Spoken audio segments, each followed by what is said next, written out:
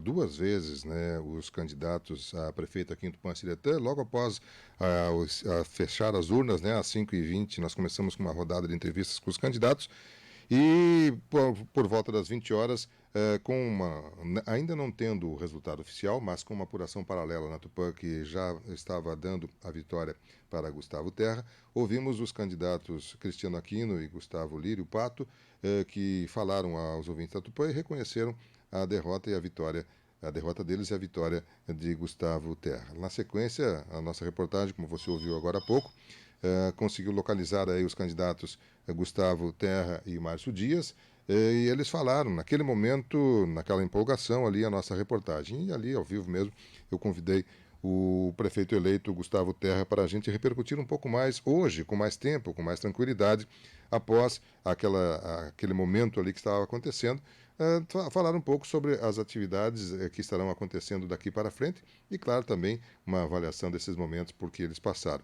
Eu quero agradecer a gentileza do candidato, que com certeza merecia aí um descanso no dia de hoje, depois de toda essa intensa campanha que foi realizada num momento diferente, especial da pandemia, né, que exigiu muita dedicação por parte de todos, com certeza especial dos candidatos, e ele está já em conexão conosco aqui, pode nos trazer novamente mais algumas colocações na condição de prefeito eleito de nossa comunidade.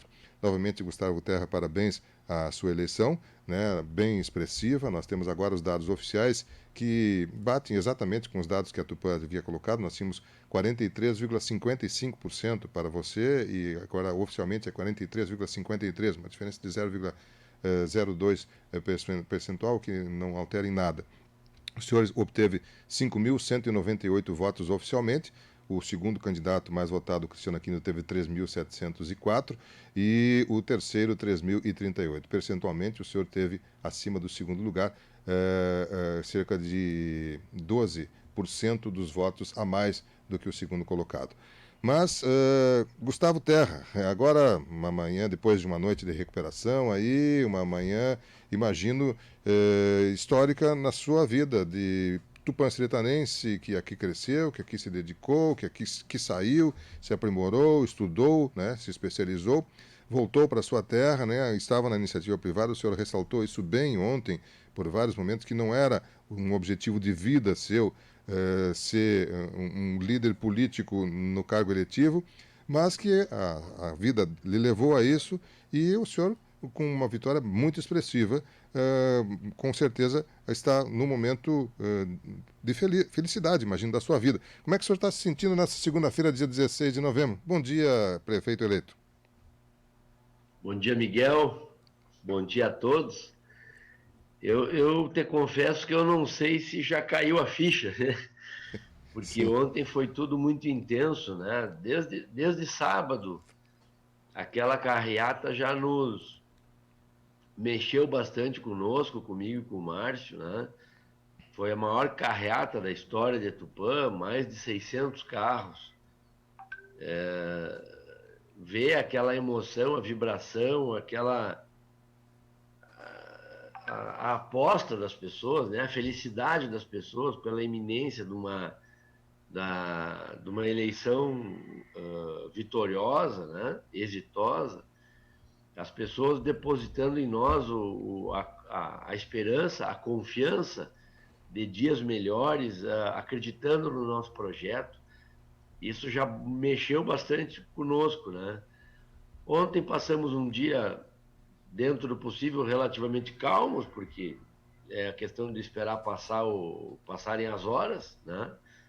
E aí começaram as apurações. Logo nas 3 primeiras urnas, nós já tínhamos mais do que a soma dos nossos adversários e demonstrava estatisticamente que seria favorável, né, o resultado. E aí, claro, as pessoas, depois de confirmar o resultado, a concentração inevitável, né? Espero que essa concentração da população não sirva para aumentar a nossa pandemia, né, na transmissão, mas se Deus quiser, Deus está acompanhando tudo. E estou muito feliz. Agora, conseguimos descansar um pouco essa noite, mas hoje já iniciamos cedo nessa nova fase da nossa vida, né? Eu, como tu falaste, eu não pretendia isso. Eu não queria nem a presidência do Sindicato Rural, que já tinha sido me convidado várias vezes. Eu fazia 30 anos de diretoria e já tinha sido vice-presidente e nunca quis assumir essa responsabilidade porque sempre tinha como foco principal o meu negócio, né? A minha vida, meu negócio, minha família. Mas a gente percebe que as responsabilidades vão chegando, que as pessoas precisam ser bem representadas por pessoas honestas, né? A gente sempre se queixa que a política ela é muito ruim, a política, os maus políticos, que a gente sempre atribui tudo que é adjetivo ruim ao meio político, né? Só que a gente nunca se dispõe a fazer a nossa parte. Então, está na hora da gente mudar isso. Tupã deu o recado que quer mudar isso. Chega de discurso vazio, chega de mentira, chega de promessa, chega de vender cargo em prefeitura, chega disso. Tupã não quer isso. Tupã bateu recorde de score, recorde de votação, de percentual de votação em um só projeto. Isso nunca havia acontecido. E é a eleição dos recordes, a carreata ao recorde, votação ao recorde, e eu espero que o nosso governo seja também o governo dos recordes, né? Recorde de desenvolvimento, recorde de geração de emprego, que todos os números a gente consiga fazer o máximo possível por Tupã.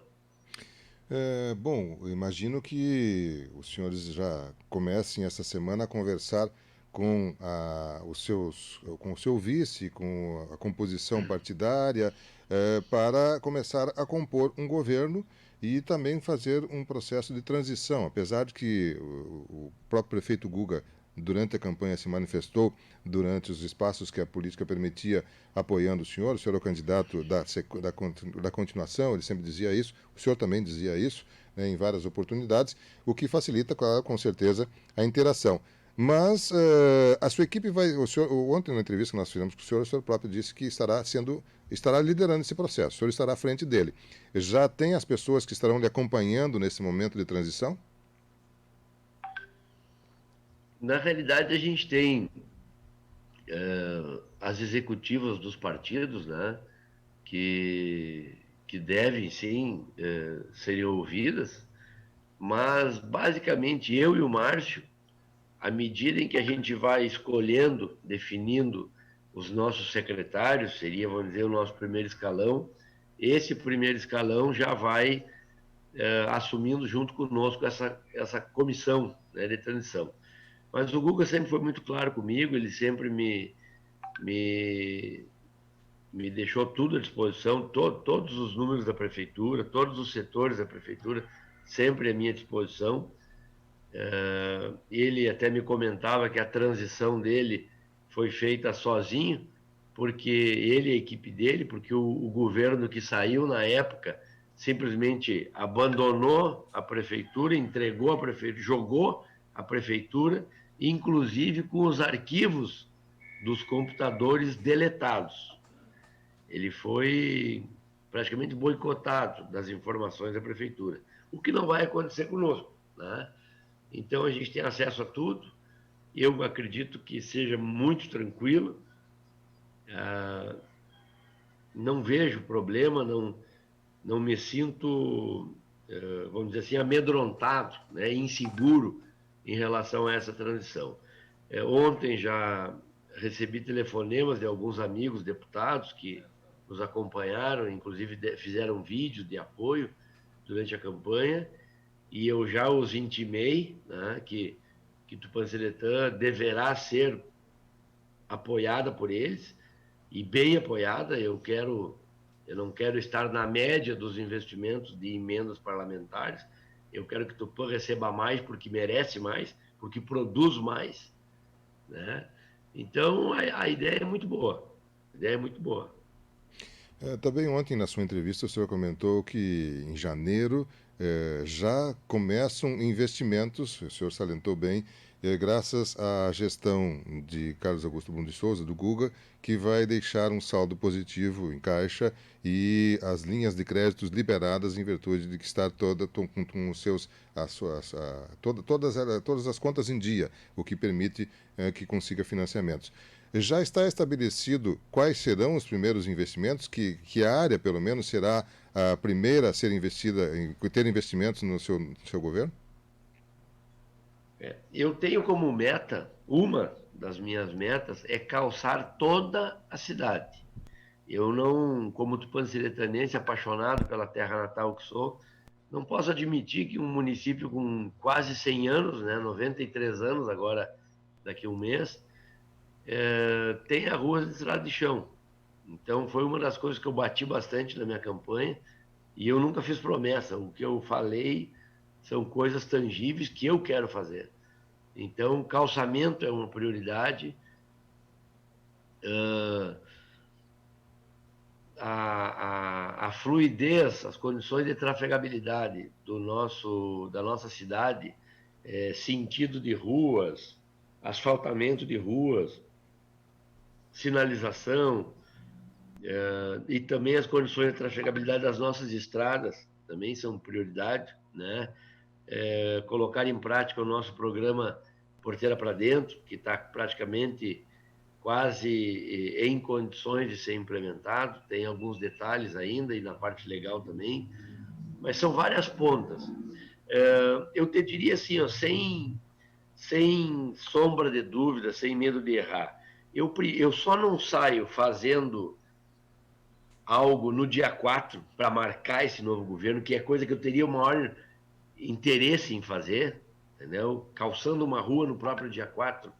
Eu só não faço isso porque, primeiro, eu quero tomar conhecimento de quais as linhas de capital externo que nós temos em Brasília, por exemplo, para que eu possa usar essas linhas para realizar o maior número de obras em proteção às nossas verbas internas, né, às nossas verbas tributárias, ao orçamento do município.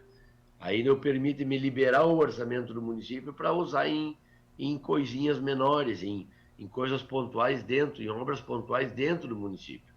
Então, por exemplo, calçamento. Se eu conseguir uma emenda parlamentar, verbas, outras linhas, eu posso me dedicar, resguardar o orçamento do município para outras coisas e usar verbas externas para o calçamento, entendeu? Então, eu não saberia te dizer hoje quais serão as primeiras obras, mas que farei obras o quanto antes. E uma coisa importante, eu farei obras durante os 4 anos. E não me venham candidatos daqui a 4 anos dizer que as obras estão sendo feitas no período eleitoral para angariar voto. Porque não foi assim no governo Guga. Ele fez obras durante todo o período possível dele, porque ele ficou pagando conta, né? E o mesmo acontecerá conosco. Eles têm que ter memória, né? E com certeza vocês verão a diferença na beleza e no desenvolvimento da nossa cidade.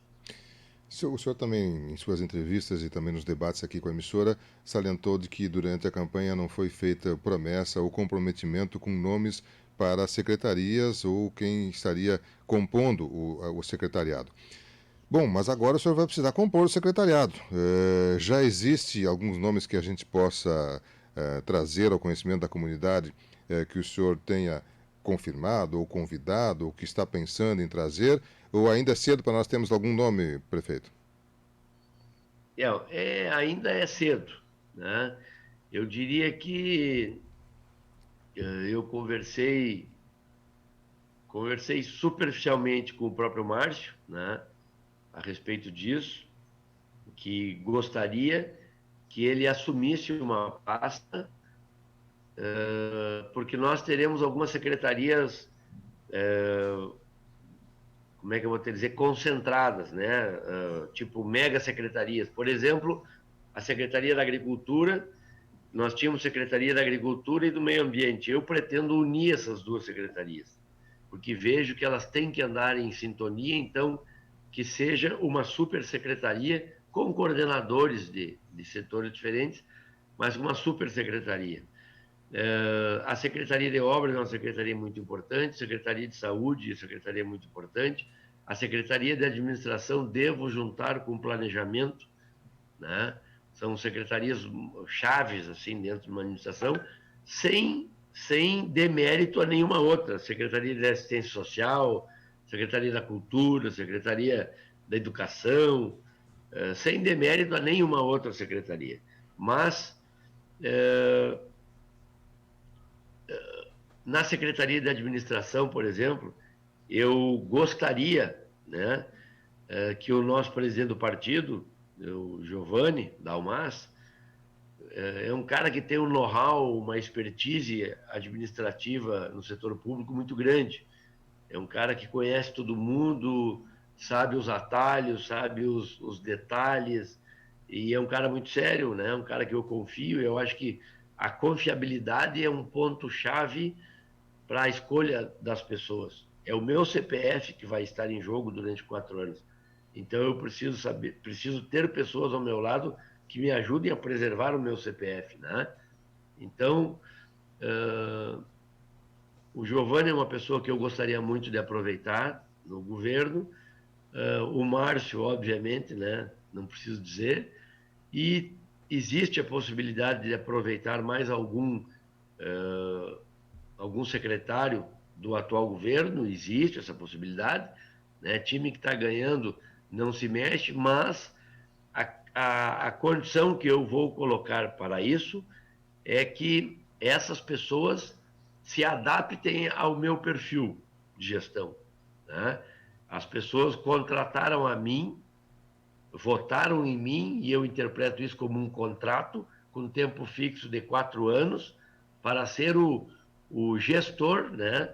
O gerente por 4 anos de uma empresa pública. Os donos dessa empresa pública, os acionistas dessa empresa, são os pagadores de impostos. Cada um que paga seu imposto mensalmente, paga querendo uma prestação de serviço em troca. Então, são os proprietários da empresa pública. E eu estarei gerindo essa empresa pública com pessoas que eu confio, né? Para saber da qualidade da prestação de serviço, da seriedade, da responsabilidade, da honestidade. Então, posso utilizar algum outro secretário existente? Posso, que se adaptem ao meu perfil, ao meu ritmo de trabalho, né? Sei que em alguns setores possivelmente enfrentarei resistência, isso é normal, inclusive no setor privado, isso é normal, né? É possível que tenham algumas pessoas, poucas, viciadas numa zona de conforto, e eu até aproveito para avisar: vão sair da zona de conforto, tá? Vão sair da zona de conforto ou serão incompatíveis com a nossa gestão. O senhor salientou várias vezes a questão do seu perfil, né? Como é que o senhor define o seu perfil e qual a diferença dele para o perfil do atual prefeito, do prefeito Guga? É muito difícil eu te falar sobre a diferença minha para o Guga, né? Até porque isso poderia ser prejulgamento, crítica, alguma coisa assim. Eu não entraria muito nessa esfera, mas posso falar com propriedade do meu perfil. Eu sou um virginiano, né? Eu sou um cara com necessidade de evolução pessoal. Eu procuro sempre, minha vida toda, procurei competir comigo mesmo, no sentido de que amanhã eu preciso estar melhor, ser melhor que hoje. Eu preciso evoluir constantemente, e coloquei isso como característica minha. Não me comparo aos outros, porque eu acho que cada um tem o direito de ser como é. Me comparo a mim mesmo. Eu pretendo ser amanhã melhor do que eu sou hoje. Quero que as pessoas procurem isso, né? Eu procuro colocar qualidade em tudo que eu faço. Eu sou perfeccionista, dentro de um nível aceitável, mas sou um perfeccionista. Sou muito objetivo. Eu sou um cara prático, um cara determinado, objetivo. As coisas que são para hoje, são para hoje. essa ideia de que o que pode deixar para amanhã, comigo não. O que é para hoje, porque amanhã tem as suas coisas de amanhã. Tá? E sou muito ágil, enfim, né? E outra, sei dizer não. Eu não trarei para a política, como que eu vou te dizer, não usarei na política aquela velha ideia, né? Aquela linha de dizer sim para garantir o voto na sua reeleição. Eu não estou pensando em reeleição, não tenho isso em mente, nunca tive e garanto que não tenho. Não vou passar 4 anos preocupado em agradar interesses da DA ou DB, buscando apoio para a próxima eleição. Não é esse meu foco. Eu fui contratado por 4 anos e farei o máximo nesses 4 anos, doa a quem doer, vamos dizer assim, para que Tupã-Seretã tenha o melhor. As pessoas mais necessitadas tenham atenção, tenham uma boa prestação de serviço dos setores públicos, com políticas públicas responsáveis. Esse é o meu propósito. Tá? Não serei, ao contrário do que alguns dizem, não serei comandado por ninguém. A população, sim, terá voz ativa sobre a gestão. Eu estarei de gabinete aberto para todo mundo. Eu falei isso na campanha e cumprirei isso. O meu gabinete está aberto dentro de uma ordem, obviamente, de chegada, mas eu estarei atuando para atender as demandas do município. Vi muita coisa, vi muito detalhe. O Guga viu muito comigo, o Guga já sabia, me explicou muito, andou comigo nas ruas, a pé, nas casas, de casa em casa, e isso é muito raro para um prefeito em exercício, porque geralmente o prefeito se esconde da população porque sabe os erros que fez. O Guga não. O Guga foi comigo pelas ruas, pelas calçadas, pelas casas, de cara limpa, de peito aberto, porque ele sabe que ele fez uma gestão séria. Ele não foi corrupto, sob hipótese alguma, como é uma característica do nosso partido. Os nossos gestores são honestos, né? A população sabe julgar os outros. Então, isso aí. Esse é o meu perfil. Perfeito. Bom, um outro aspecto é a questão da Câmara de Vereadores. O seu partido, o progressista, fez a maior bancada, aliás, cresceu, ela tinha 3, passou para 4 vereadores. A composição com republicanos soma 5, o que dá a maioria absoluta dos vereadores. O MDB tem uma cadeira, o PT tem uma cadeira e o PSDB tem 2 cadeiras. É uma posição confortável para o gestor. Como é que o senhor avalia a composição da Câmara de Vereadores? É óbvio que essa matemática, né, de maioria atribui a um gestor, a um prefeito, atribui uma comodidade, uma tranquilidade grande em relação a todos os seus projetos serem mais facilmente aprovados. Né? E isso é matemático. Mas eu sempre deixei claro que eu gostaria de ver os 9 vereadores de Tupã-Seretã dentro de uma van de 9 lugares e essa van rumando para o mesmo lugar, que é para o desenvolvimento de Tupã. Eu sempre brinquei com eles e eu continuo com essa mesma ideia.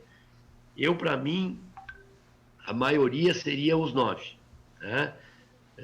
Eu sei que esses 5 já estão comigo, nossos projetos são os mesmos, mas eu gostaria que esses outros 4, que até agora se comportaram como oposição, porque foram oposição na campanha. Nós estamos ouvindo o candidato Gustavo Lira, mas me parece que houve Gustavo Terra, mas me parece que houve uma interrupção na conexão. Houve? Travou a internet, nós estamos vendo o que foi, se é possível refazer a conexão. Para a gente concluir, ele estava falando com relação à composição da Câmara de Vereadores, né, salientando o aspecto de que o progressista, que é o seu partido, e o republicano, que é coligado, né, estão com 5 cadeiras na Câmara de Vereadores. O MDB fez uma cadeira, o PT fez uma e o PSDB 2 cadeiras. Né? Esta é a composição nova da Câmara de Vereadores aqui de Tupanciretã a partir de janeiro. E é claro que isso é importante porque todo o processo, toda a administração pública passa pela Câmara de Vereadores e há necessidade, então, desta integração ali.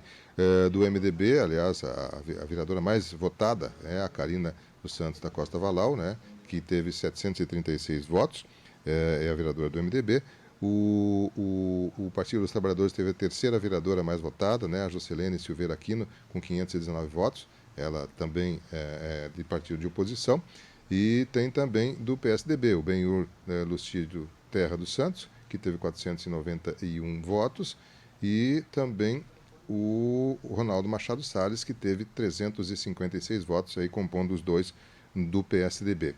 O Partido Republicano tem o Luiz Amor da Silva França, que ficou em segundo mais votado, né, 576, e o Progressistas, né, que aí teve a maior bancada, com o Carlos Augusto Oliveira dos Santos, também com o Benezet José Cancian, com Arlete Silveira e também a presença do Vladimir Pereira dos Santos. São os 4 que comporão, então, o Partido Progressista. Vamos ao intervalo, nós não conseguimos a conexão com o prefeito eleito. Vamos ver se é possível refazer essa conexão, senão vamos a um intervalo comercial. A gente estava concluindo aí a participação do nosso prefeito eleito por Tupanciretã, Gustavo Terra, que ontem obteve 40, só vou rever aqui os números bem certinho, 43,53% dos votos, 5.198 votos aqui em Tupanciretã. Vamos ao intervalo comercial, a gente já retorna então com a conclusão da matéria que estamos fazendo com o